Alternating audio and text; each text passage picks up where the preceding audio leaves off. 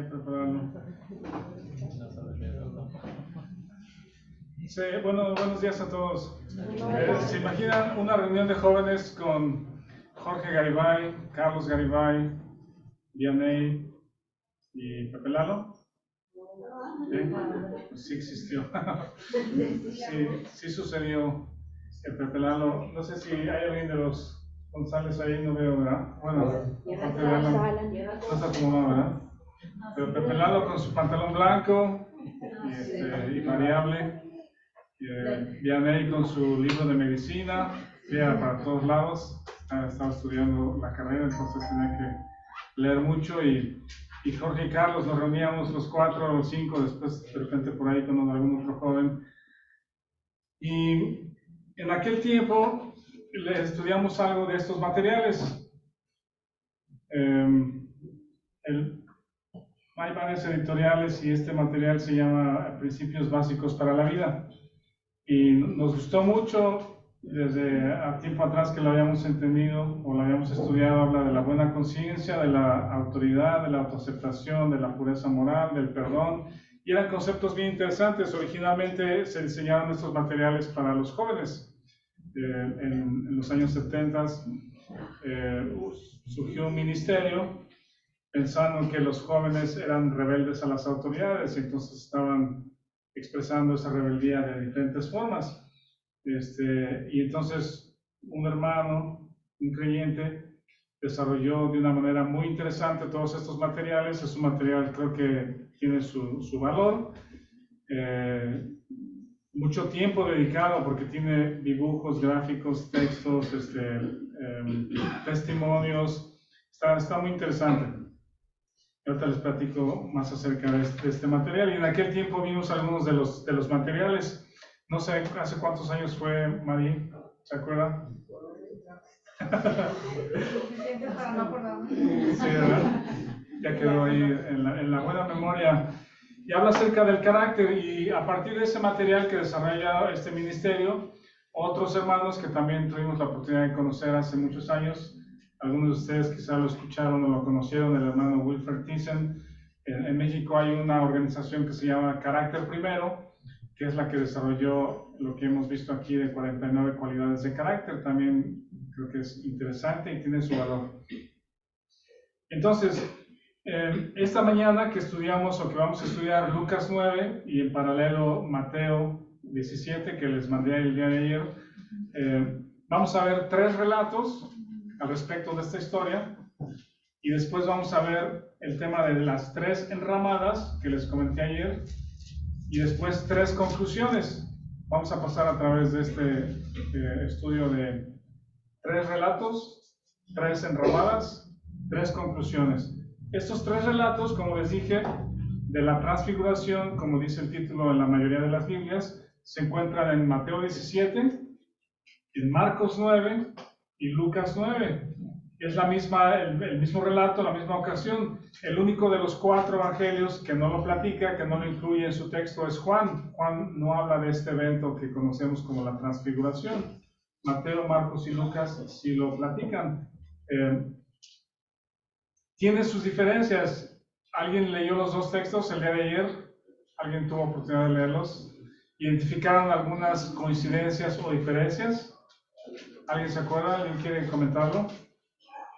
¿No? Vamos a leer Lucas 9 y de ahí partimos para comentar algunas de las diferencias del relato, los 3 relatos.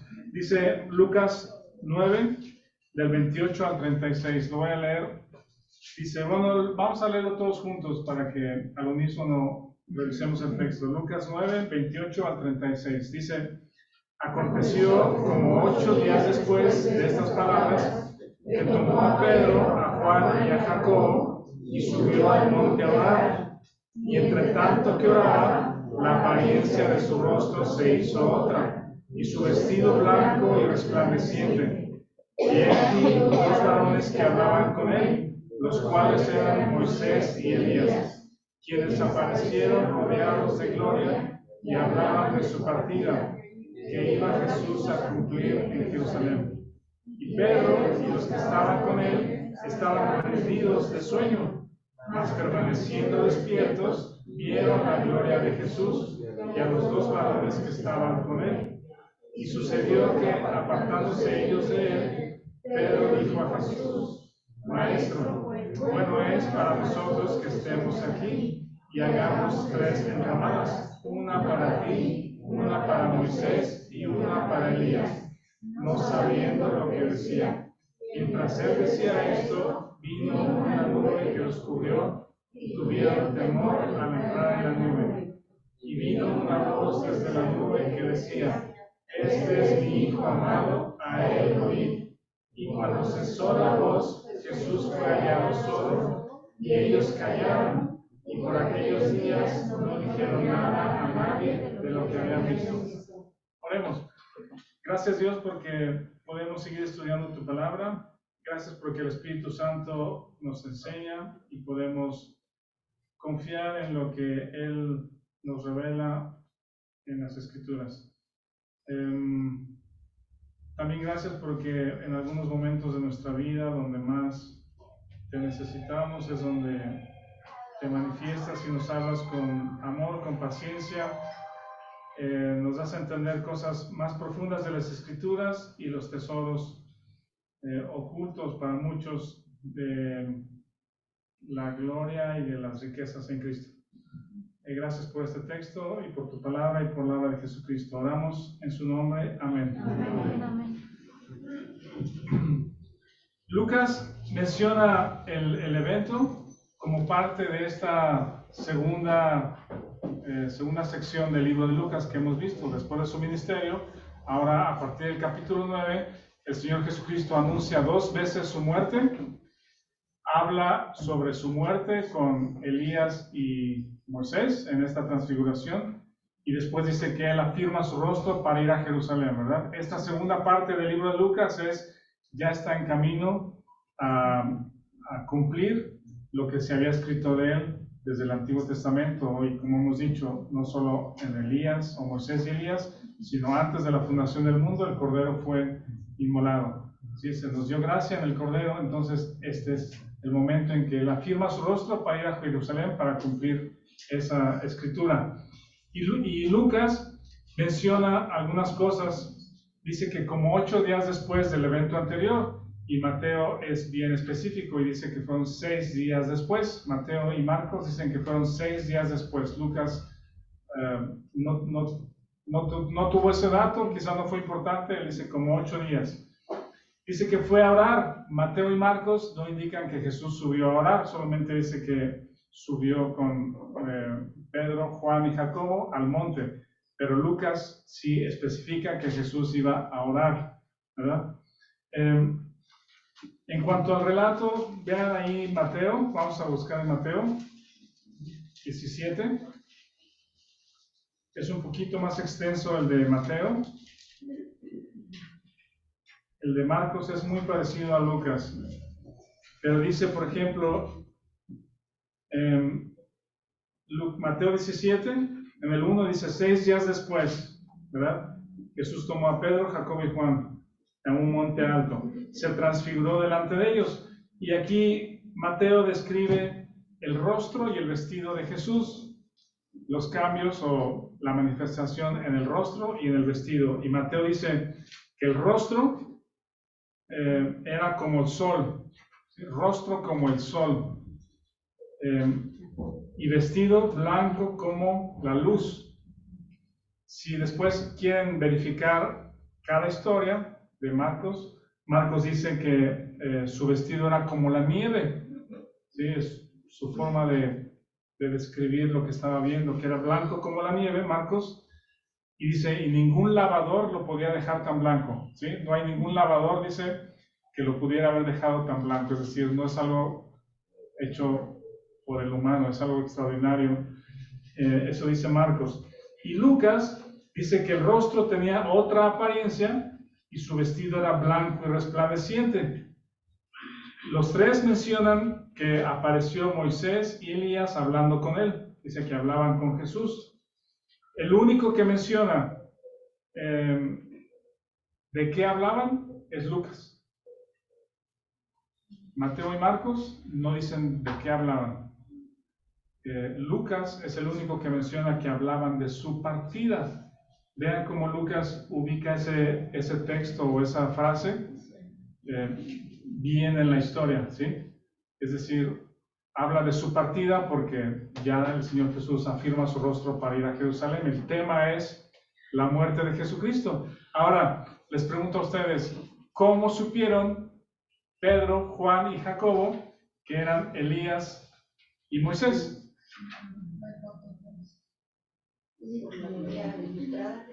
¿Vieron su perfil? Traían un café. ¿Traían un gafete? Pues seguramente Cristo mencionó sus nombres o algo, ¿no? Posiblemente Jesús mencionó sus nombres.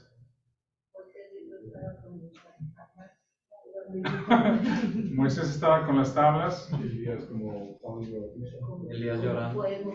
Elías como fuego. Ahorita vamos a ir a esa pregunta. Yo creo que dice el texto de Lucas que aparecieron dos varones. Y de inicio ven dos varones con Jesús que no estaban y aparecen, no saben quiénes son, ¿sí? No saben quiénes son, pero luego descubren quiénes son, por lo que estaban hablando de su partida. Ahorita vamos a ir un poquito más para allá. Y en los tres textos, en las tres historias, menciona la gran idea de Pedro, ¿sí?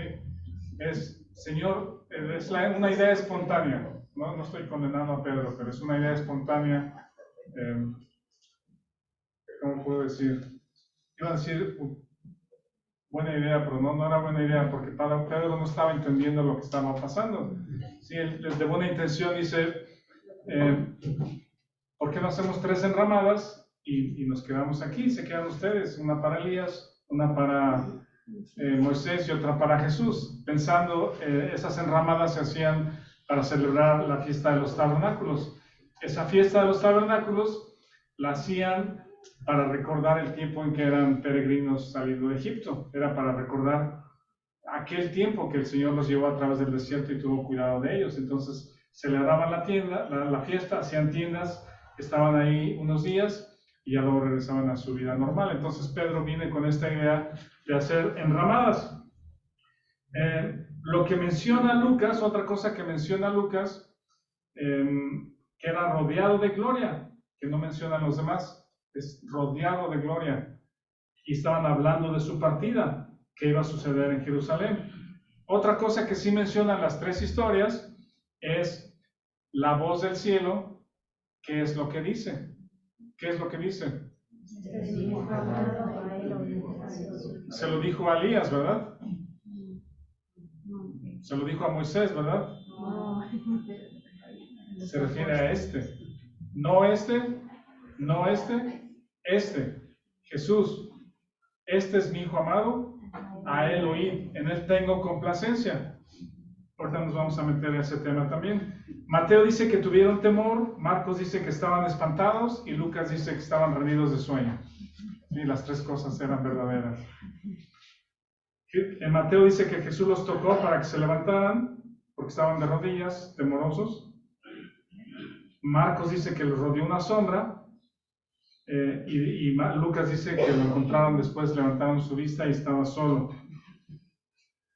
Hay una parte adicional que menciona Mateo, vean en el versículo 11, 12 y 13, que es interesante mencionarlo. Mateo 17, 11. Desde el 10 dice, entonces sus discípulos le preguntaron diciendo, ¿por qué pues dicen los escribas que es necesario que Elías venga primero? Respondiendo Jesús le dijo, a la verdad, Elías viene primero y restaurará todas las cosas. Mas os digo que Elías ya vino y no le conocieron, sino que hicieron con él todo lo que quisieron. Así también el Hijo del Hombre padecerá de ellos. Y el 13 nos ahorra, ¿cómo se llama? Conjeturas, ¿sí? Y dice, entonces los discípulos comprendieron que les hablaba de Juan el Bautista. Esa conclusión es importante. Entonces, tenemos estas tres historias. Yo preferí, digamos, poner el título de tres enramadas porque creo que nos puede dirigir mejor o al punto que quisiera compartirles el día de hoy.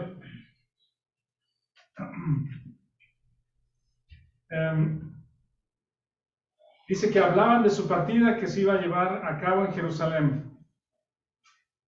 Elías es el representante de los profetas.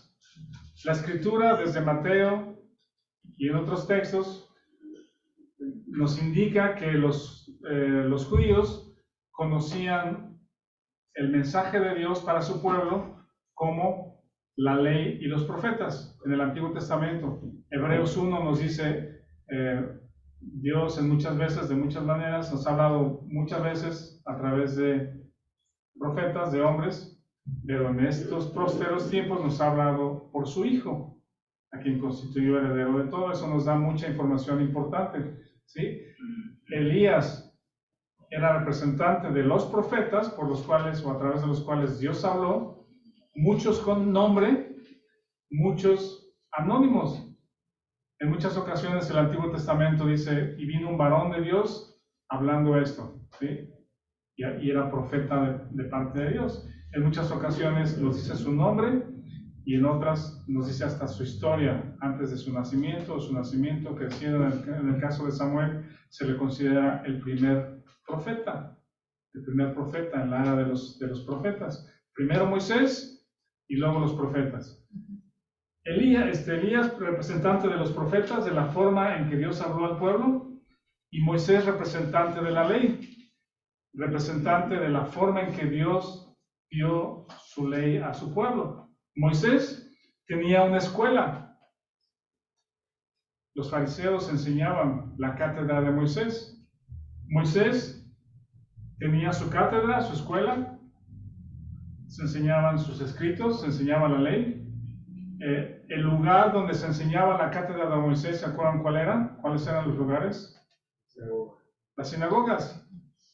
Eran los lugares físicos, la ubicación física donde se enseñaba y se abrían las escrituras y se enseñaba la cátedra de Moisés. Y esas sinagogas, iniciando en Jerusalén, encontraban su extensión, ¿sí? Buscaban prosélitos, buscaban quien se añadiera, ¿sí? Quien se agregara a estas cátedras de Moisés. Y ustedes recordarán que en los viajes de Pablo, en lugares como Filipo, no había sinagoga. Pero en otras muchas había sinagoga, ya había judíos presentes en toda esa área o en varias ciudades del área de Asia Menor. La cátedra de Moisés se enseñaba en las sinagogas, ¿y quién eran los encargados de enseñar la cátedra de Moisés? Los fariseos. Ellos eran los maestros. Jesús era buen candidato a ser maestro, ser un gran maestro con autoridad, y por eso la gente se maravillaba de él. ¿Se acuerdan que lo vimos en Lucas 4? Y minutos después o momentos después ya lo querían aventar ahí por despeñarlo, porque no les agradó lo que le dijeron, lo que Jesús dijo de ellos. Regresando entonces, Elías representante de los profetas, Moisés representante de la ley, los dos medios, ley y profetas, por los cuales Dios habló a su pueblo, no a los chinos, no a los aztecas, no a los olmecas, no a los egipcios, a su pueblo, ¿verdad? Están ahí presentes y hablan de la partida de Jesús. Yo creo que así es como identificaron que eran Elías y Moisés. Puedo pensar, contestando preguntas, ¿qué hablaban o qué decían? Yo pienso, según la información que tenemos en las Escrituras, que hablaban del cumplimiento de su ministerio. La muerte no nada más era ahí, sí, y ¿cuándo te vas? ¿Y cómo va a ser? ¿Ya vas a Jerusalén? ¡Qué padre! Pues no sé, o sea, ¿cómo habrá sido el diálogo? Sino yo creo la actitud de Elías y Moisés es, todo lo que dijimos, todo lo que anunciamos, aquí se está cumpliendo. Sí, con alegría, con expectación, con emoción de que todos estos años desde el Antiguo Testamento, Dios hablando a través de Moisés y profetas, ahora encontraba su cumplimiento en Jesucristo. Y están a días de que Él muriera en la cruz. Todo lo que ellos habían anunciado era sombra de lo que había de venir. Y el cumplimiento y lo verdadero para acercarnos a Dios iba a ser a través de este Jesucristo. Entonces de ahí creo que surge la conversación de Elías y Moisés. El cumplimiento. De ti es que hablamos. No sé si eso le habrán dicho Elías y Moisés a Jesús. De ti hablamos todos estos años. Tú eres de quien hablábamos. Qué emoción. Tú completas la obra. Tú vas a dar libertad verdadera del pecado, de la esclavitud del pecado. Tú vas a dar perdón de pecados. Mientras lo que anunciaban en el tabernáculo los sacerdotes, todo el sistema de Moisés, eran cubrir los pecados temporalmente. Venían los sacerdotes, como dice el libro de Hebreos, una vez al año, primero para pedir perdón por sus pecados y luego por los pecados de todo el pueblo. Y en lugar de olvidar los pecados, era recordar todo lo que se hizo. Y ahora la emoción de ver a Jesús, que es el Cordero, que va a completar la obra y va a cumplir el mensaje. La ley del Espíritu viene y la obra de Jesucristo va a ser consumada. ¿Sí? La obra anunciada va a ser consumada en Jesucristo. ¿Por qué no aceptó la idea de 3 enramadas? ¿Alguna sugerencia? ¿No era buena idea? ¿Eh? ¿Por qué Jesús? De hecho, ni Jesús no dice que le respondió nada, pero el texto dice, no sabía lo que decía, pues. Sí, Mario. Es un poquito el hecho de la relación de Marta y María, en el sentido de que lo que dice la nube, Dios que lo escuche, más bien que no se afanen en la parte de hacer esa parte de, imagínate la parte de la ramada y llega la nube y los cubre, ¿no? No había necesidad de esa cobertura física. No había necesidad. ¿Alguien más? ¿Alguna idea?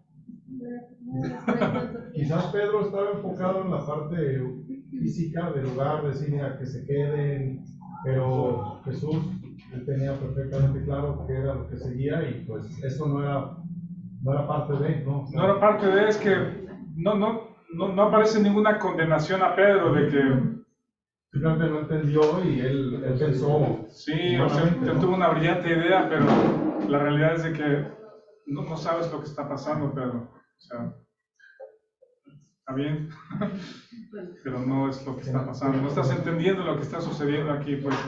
¿Quieres ponerla, Alan? ¿Alguien ha visitado este lugar?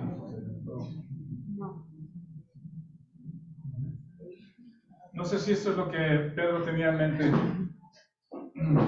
Es el memorial que se llama Rushmore, ¿no? El monte Rushmore es una memorial o un monumento conmemorativo a 4 grandes presidentes de los Estados Unidos, ¿no? Fue labrado, esculpido en la cantera o en la roca en 1927, entre 27 y 1941 en la Dakota del Sur. Y están los rostros de 4 presidentes, ¿no? De Estados Unidos: Washington, Jefferson, Roosevelt y Lincoln. ¿Sí? Creo que Trump quiere poner el suyo ahí también. Sí cabe, yo creo que sí hay un espacio para un quinto allá, pero no.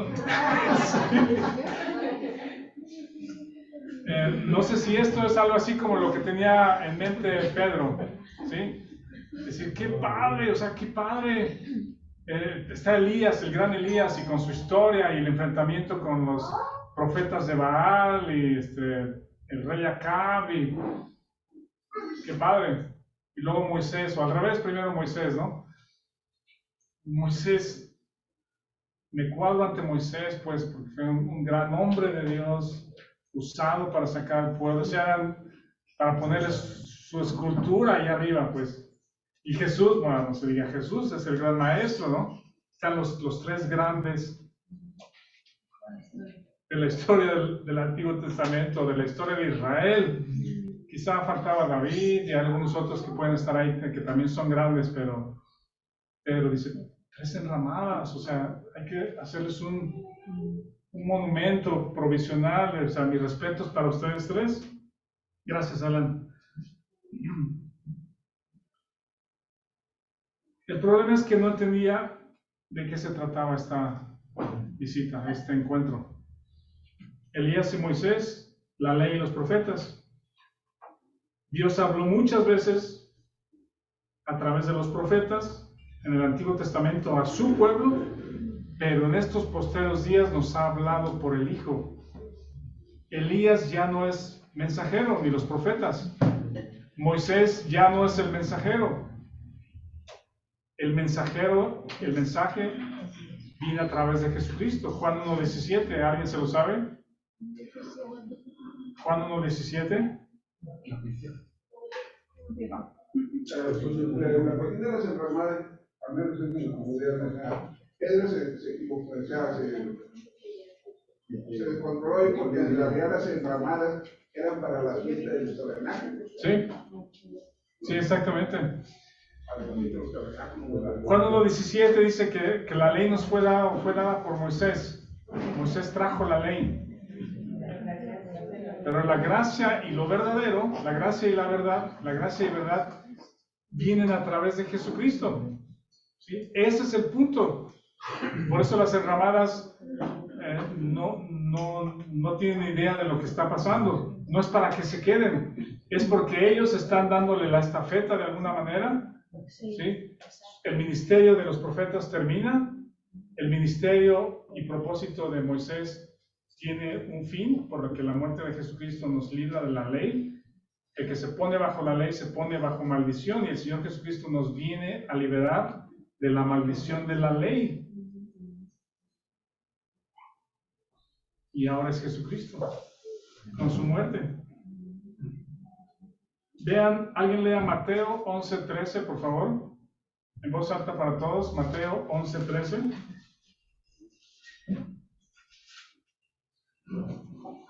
Porque todos los profetas y la ley profetizaron hasta Juan. ¿Lo quieres leer otra vez? Porque todos los profetas y la ley profetizaron hasta Juan. ¿Hasta dónde? Juan el Bautista. ¿Cuál Juan? Juan el Bautista. ¿Verdad? La ley y los profetas tienen su fin en Juan. El mismo ministerio mostrado o hecho por Elías. Ayer leí también la historia de Elías. Por eso el Señor Jesucristo dice que el espíritu de Elías es el espíritu de Juan, porque hicieron lo mismo, la misma predicación ante un pueblo idólatra, ¿sí?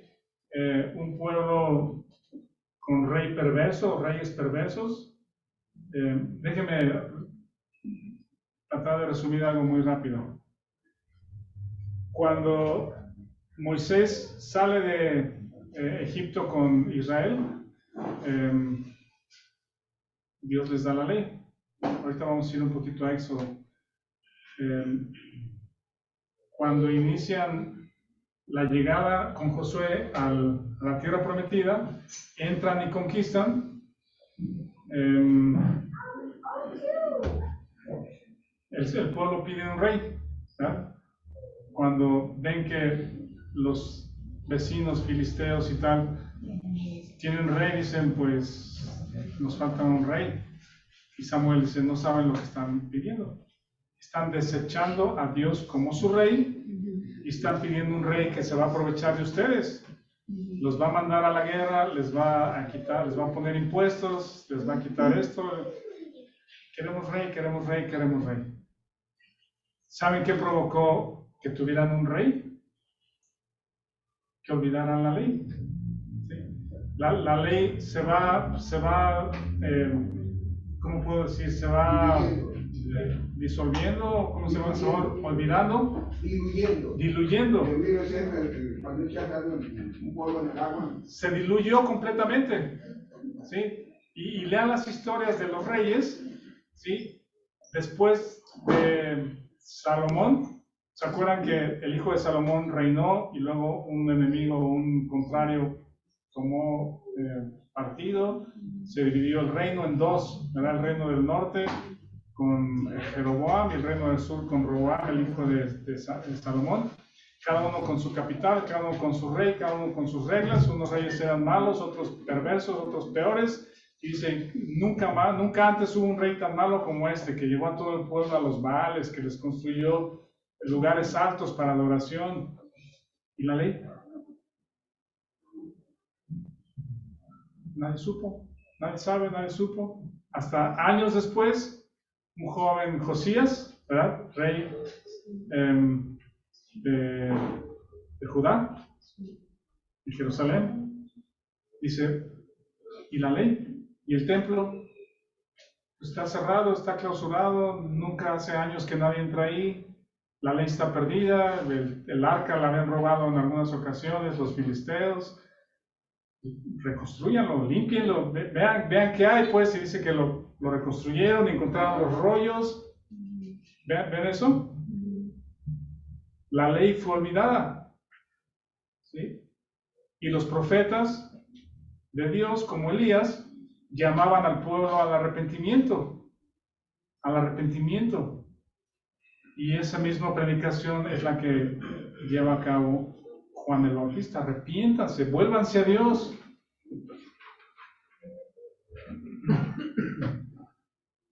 La ley y los profetas, Elías y Moisés, apuntan hacia Cristo. ¿Sí? Apuntan hacia Cristo. No son ellos los que van a tener su rostro perpetuo en medio de la iglesia.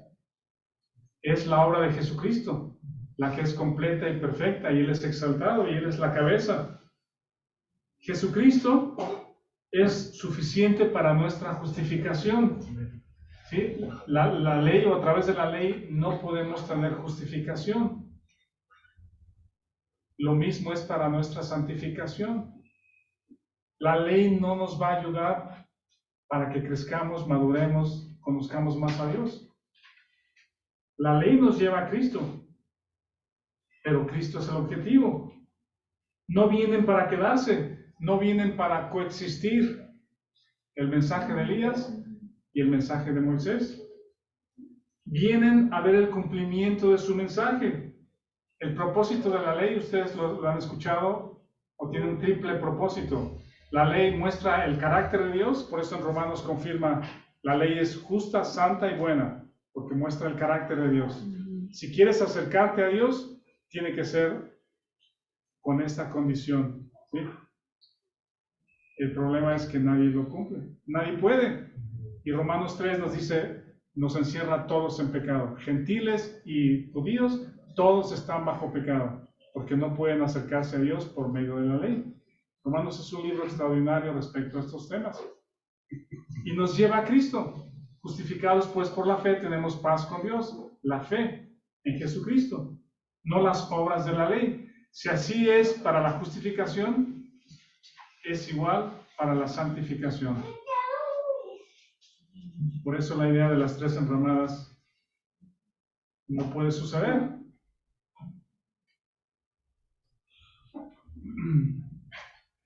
Si alguien, bueno, Romanos 9, ¿tengo tiempo?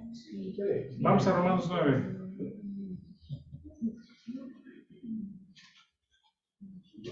Solo un momentito aquí en Romanos 9.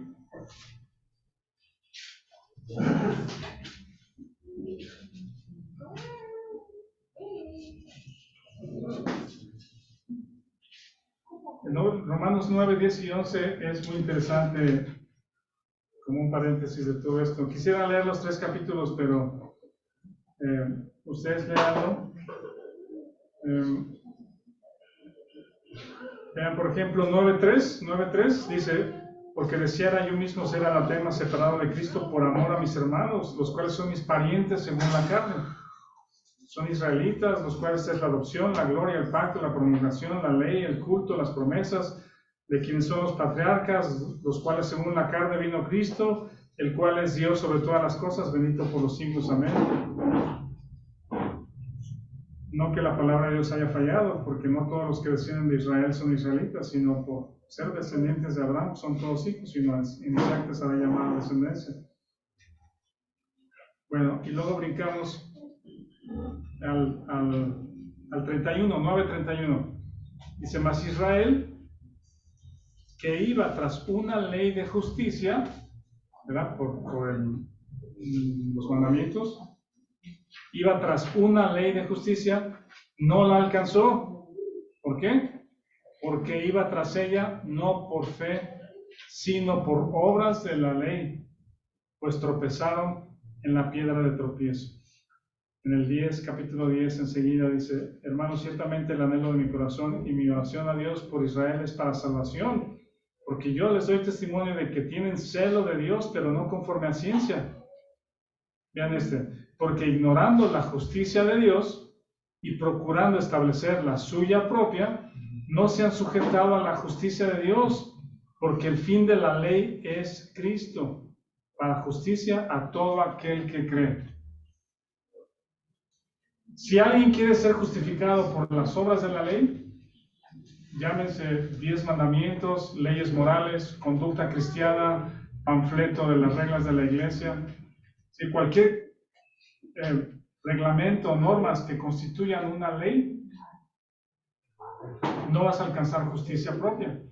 Y si llegas a cierto nivel de justicia propia, va a provocar invariablemente orgullo personal por lo que has alcanzado y juicio y menosprecio al que no puede alcanzarlo. No es por fe, es por obras de una ley y vas a tropezar. La ley, vean esto, nos dice qué hacer, pero no nos da el poder para hacerlo. ¿Ven esto? Nos dice qué hacer, pero no te da el poder para lograrlo, para hacerlo. Una vez platiqué no es una anécdota, pero es un supuesto que Natanael tiene 9 años y le puede enseñar, por ejemplo, a cambiar una llanta del coche. Con muy buena intención, le platico de qué se trata, de la necesidad de que aprenda a cambiar una llanta. Dice, muy bien, ok, yo te sigo. Abrimos el manual, le explico, le digo dónde está, cómo se saca, cómo poner el gato, cómo quitar los birlos de la llanta o el tapón de los birlos. Ok, ¿ya entendiste? Creo que sí entendí. Ok, ahora soy tú. Se va a quedar así. Y si está bien motivado, sí, ok. No va a poder sacar la llanta de la cajuela. No va a poder poner el gato quizá correctamente en su lugar. Y cuando trate de quitar los birlos, va a empezar a sudar, ponerse rojo y a llamar, papi, no puedo. ¿Verdad? Pero ya te dije cómo. ¿No entendiste? Ok, te lo pongo más sencillo. 3 pasos. 1, 2, 3. Ahora hazlo. Y te lo ordeno porque yo soy tu papá. ¿Sí? Ok, déjame intentar otro método. Natanael, ahí hay medio litro de helado de vainilla. ¿Sí? Si logras cambiar la llanta, es todo tuyo. Le va a echar más ganas y no va a poder. O puedo usar el otro lado. Natanael, si no cambias la llanta, te voy a castigar 3 días sin ver película, ¿sí? Te voy a dar disciplina con el cinturón, no vas a ir al parque y lo que quieran, ¿no? ¿Sí? Un castigo serio para que tengan miedo y temor y se esfuercen. Va a estar temblando, va a estar espantado, va a intentarlo y va a estar frustrado, cansado porque no puede. Esa es la ley. Eso es lo que hace la ley. La ley te dice que es necesario para agradar a Dios, para acercarte a Él, y nunca te va a dar ni un gramo de poder ni de fuerza para hacerlo. 3 conclusiones. ¿Quieres vivir la vida cristiana bajo una ley como norma de vida? Repito, puede ser los 10 mandamientos, los imperativos del Nuevo Testamento, el panfleto de la iglesia, un material muy bueno de pureza moral. Si la cruz la obra que el Señor Jesucristo, a la cual está mirando, si la cruz no está en medio del mensaje, no vas a poder. Nunca vas a poder. Conclusión primera. Si tu deseo es agradar a Dios por medio de una ley, usando la idea de Pedro, le estás haciendo una enramada a Moisés. ¿Sí? Estás haciendo una enramada a Moisés en tu vida. Está ahí Moisés bien acomodado. Y estás haciendo que coexista con Cristo. Una persona, cuando hablamos de la gracia y de la ley, mencionábamos que son excluyentes. Son excluyentes. ¿Sí? Y decía, bueno, es que, ¿qué tal un balance? Pues, ¿no? O sea, un balance entre ley, pues para tener temor y control, y otra parte de gracia, pues, no se puede. No se puede. O es gracia, o es pago. ¿Eh? Segunda conclusión.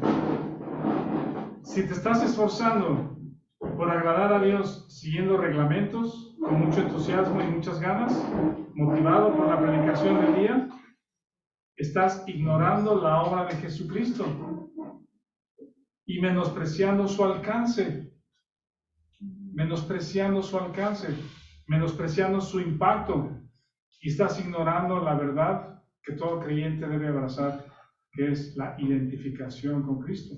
Con Cristo estoy juntamente crucificado y ya no vivo yo, mas vive Cristo en mí. Romanos 7, la ley del Espíritu. ¿Quieren verlo? Vean Romanos 7.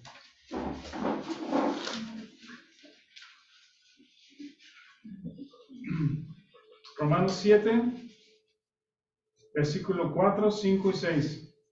Así también vosotros, hermanos míos, habéis muerto a la ley mediante el cuerpo de Cristo, para que seáis de otro, del que resucitó de los muertos, a fin de que llevemos fruto para Dios. Ahí está la vida cristiana.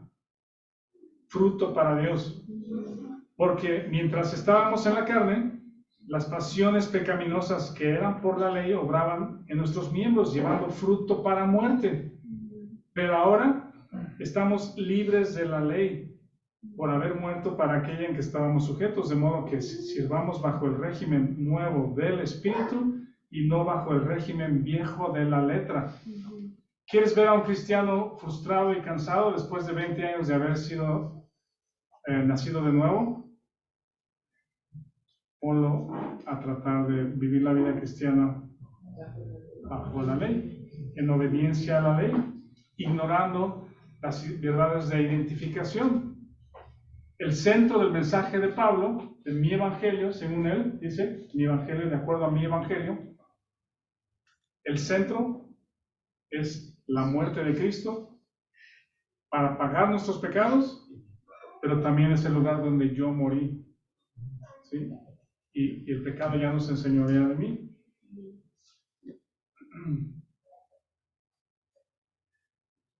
Tercera conclusión. ¿Qué hora? ¿Todavía tengo tiempo? Sí. ¿Sí? ¿Media hora? Como 20 minutos. Tercera conclusión. Si quieres vivir bajo una ley para agradar a Dios, te digo que la carne estará tan presente y tan malvada como siempre. ¿Sí? Y de hecho, de acuerdo a Romanos, la ley, aunque es santa, justa y buena, dice el 13, luego de que lo que es bueno vino a ser muerte para mí en ninguna manera, sino que el pecado, para mostrarse pecado, produjo en mí la muerte por medio de lo que es bueno. Es decir, la ley provoca lo más perverso de la carne. ¿Sí? La ley provoca lo más perverso de la carne. Desear forzar o someter a la carne para obedecer, para servir y para agradar a Dios es el camino para el desastre de tu vida y de los que te rodean. Por eso, di no a las enramadas. Ese era otro buen título de ¿no? No le hagas culto a Moisés. La ley tiene su propósito. La ley, hemos escuchado, y hay un ministerio llamado, ¿cómo se llama? Living Waters, Aguas Vivientes, bien interesante, que se acerca a los inconversos, entrevistándolos en la calle y empieza a dialogar y les hace preguntas. ¿Cómo estás con Dios? ¿Crees en Dios? ¿Cómo te sientes? ¿Te sientes pecador? Y usa la ley para que ellos se vean pecadores. Dice, ¿crees en los 10 mandamientos? ¿Has escuchado los 10 mandamientos? Sí. ¿Y crees que eres buena persona? Sí, yo creo que soy buena persona. Y me voy a ir al cielo. Y entonces este hermano continúa preguntándoles y les dice, a ver, si la ley dice, no mintáis, ¿no? ¿Has mentido? Uy, si se ríe, dice, pues sí, muchas veces. No adulterar. ¿Has adulterado? ¿Has cometido adulterio? Pues sí, muchas veces. Y continúa, ¿has codiciado? Sí, sí. Y entonces, según la ley, ¿qué mereces o qué? Pues si mereces el infierno. Dios está muy lejos, no podría acercarme a Dios. Y ahí es donde la ley los apunta a Cristo. Necesitas a Cristo. ¿Sí? Pero el creyente no puede ponerse bajo la ley para agradar a Dios, para recibir bendiciones.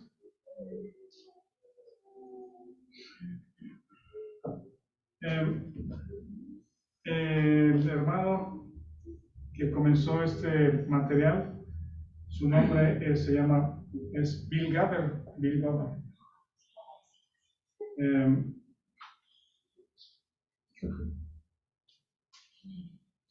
Si leen el material, les va a gustar. A mí me gusta y tiene gráficos y información muy importante, muy buena. Usted decía, ¿dónde está bien ella? Que le decía que si se acordaban del grupo de jóvenes donde estaba Vianney con su libro de medicina, Pepe Lalo con su pantalón blanco, Carlos y Jorge. ¿Por qué? Jorge con pelo. Y estudiamos este material. Y me parece muy bueno. Sin embargo, no encuentro la cruz. Solo encuentro un texto, una sola página, o media página, de 7 libros como este y muchos otros materiales que tiene sobre las finanzas, sobre el carácter, sobre la salud, sobre el homeschool. Hay mucho material. Y aquí en esta página dice, visualízate muerto al poder del pecado y atractivo del pecado. La clave de la libertad moral es saber que ya has muerto a los pecados que te acosan. Este hecho se enfatiza vez tras vez en Romanos 6 y en otros pasajes. Sabiendo esto, que nuestro viejo hombre sí está, pues, el problema es de que no es el énfasis principal, ¿sí? Si cada uno de estos materiales tan buenos hiciera un previo, una introducción a Romanos 6, a la obra de Cristo, a la identificación y decir, tú no puedes, tú no vas a poder por ti mismo, ¿sí? No es en la carne, es en el Espíritu, la ley del Espíritu, y ahora sí camina. Y ahora sí camina en fe, confiando en el Señor, en la obra del Señor. Este hombre, Bill Gaber, fue acusado de escándalo sexual. Hoy en día tiene 88 años, tuvo que renunciar al ministerio que él mismo fundó, que se llama Instituto de Principios Prácticos para la Vida en los Estados Unidos, predicando a miles y millones de gentes, de personas, de iglesias, familias conocidas entre los medios cristianos, y ahora dan testimonio y dijo, es que este hermano se fue al extremo del legalismo, nos decía qué vestir, cómo peinarnos, qué comer, es un extremo de esto es lo que agrada a Dios y tienes que hacerlo. Nunca se casó y lo acusaron más de 30 personas, ¿no? Obviamente mujeres, o bueno, no sé si está novio, pero o sea, mujeres la acusaron de que cuando ellas eran jovencitas 13, 14, 15, 16 años, él las acosaba. Y la pregunta es, o la conclusión es, la ley provoca lo más perverso de la carne. Cuando en Éxodo 19, tal vez lo podemos ver en otra ocasión, pero en Éxodo 19, el Señor saca al pueblo de Israel de Egipto y les dice, los he traído aquí en alas de águila, ¿sí? Para que estén conmigo. Vean el Señor cómo les habla a su pueblo, le dice, para que estén conmigo, solo confíen y caminen. Dile al pueblo que confíen y caminen. Y el pueblo, haremos todo lo que nos digas, ¿sí? Haremos todo lo que nos digas, Moisés. ¿Quieren verlo? Sí. Ya voy al final, no me tardo mucho. Éxodo 16, 19. Bien, me voy a tomar 10 minutos yo creo, pero vean en Éxodo, en el capítulo 16. Éxodo 16, porque es el contexto de esta historia. Éxodo 16, ¿qué dice el título ahí? ¿Cuál era el mandamiento? Si hablamos de mandamiento, ¿cuál era un mandamiento para el pueblo de Israel del maná? Era complejo el mandamiento, un manual gordo de 100 páginas, no, era, yo les voy a proveer, ¿Sabes qué va a pasar mañana? por si las dudas crecían. Un mandamiento: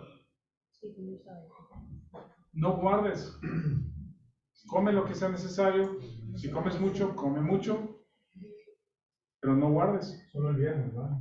Para el fin de semana.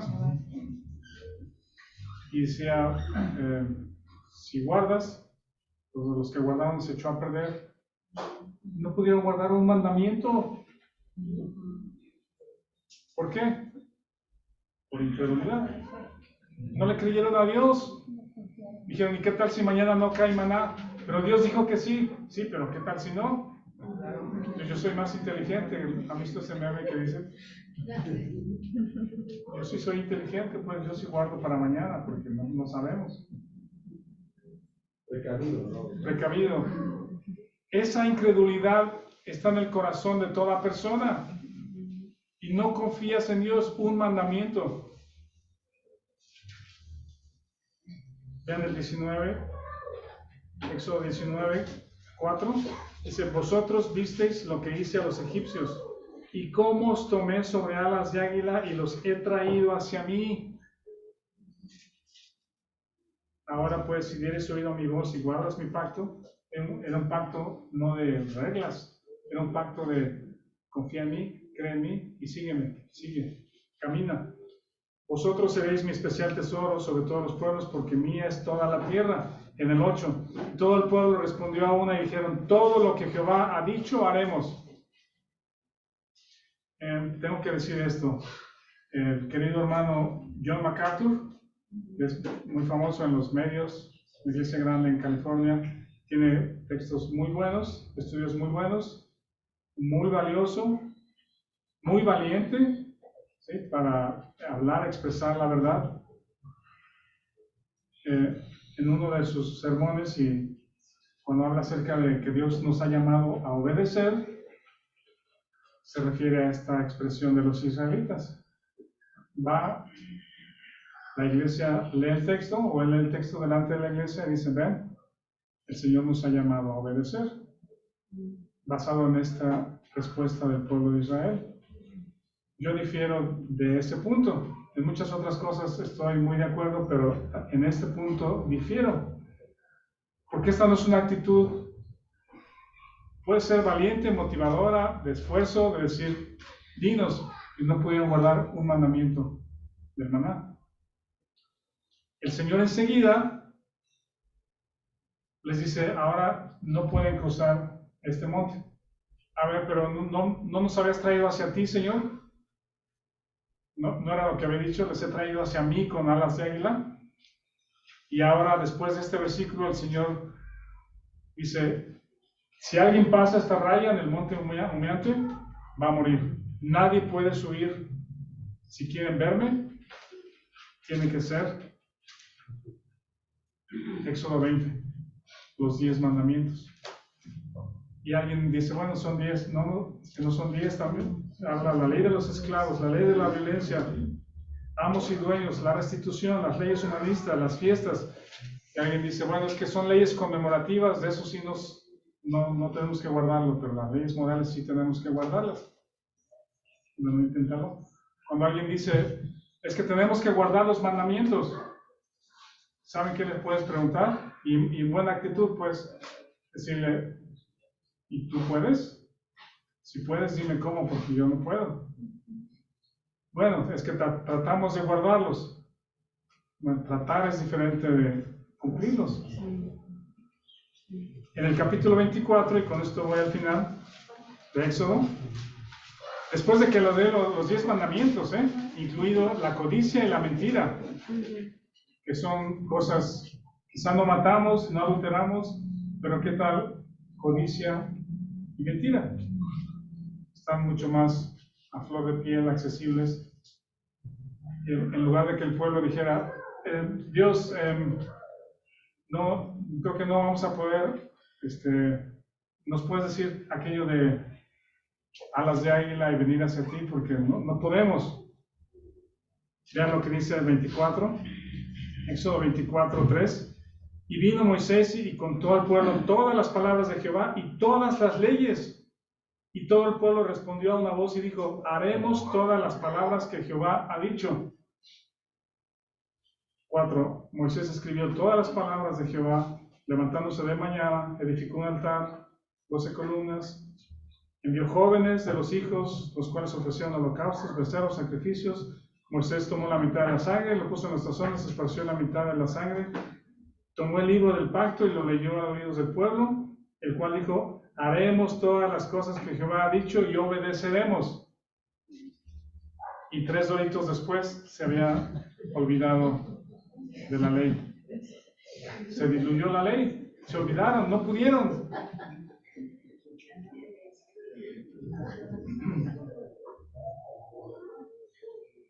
Ay, no intentes ponerte reglas y normas para agradar a Dios y la vida cristiana. No es tu responsabilidad guardar la ley. ¿Qué lugar tiene la ley? Llevarnos a Cristo, ver el carácter de Dios. Nuestra responsabilidad es descansar y confiar en la obra perfecta de Cristo, donde estoy muerto juntamente con Él, y dejar al Espíritu que Él lleve a cabo la ley del Espíritu en nosotros. Si te ocupas de la ley no vas a poder. Si te ocupas de descansar en Cristo y en su obra, Él va a hacer tu obra en ti, su obra en ti, y agradas a Dios por la fe, que es lo único que le agrada. Tengo otro texto de Hechos 13, pero yo creo que ya es tiempo. Lo leemos después. Se los paso para que lo vean. Hechos 13, una predicación de Pablo a los de Antioquía de Pisidia. Se los voy a pasar y ahí ven toda la historia, cómo Pablo ve toda esta historia de la ley y los profetas y la predicación a los gentiles. Gracias, Jared. ¿Cómo está, Jared?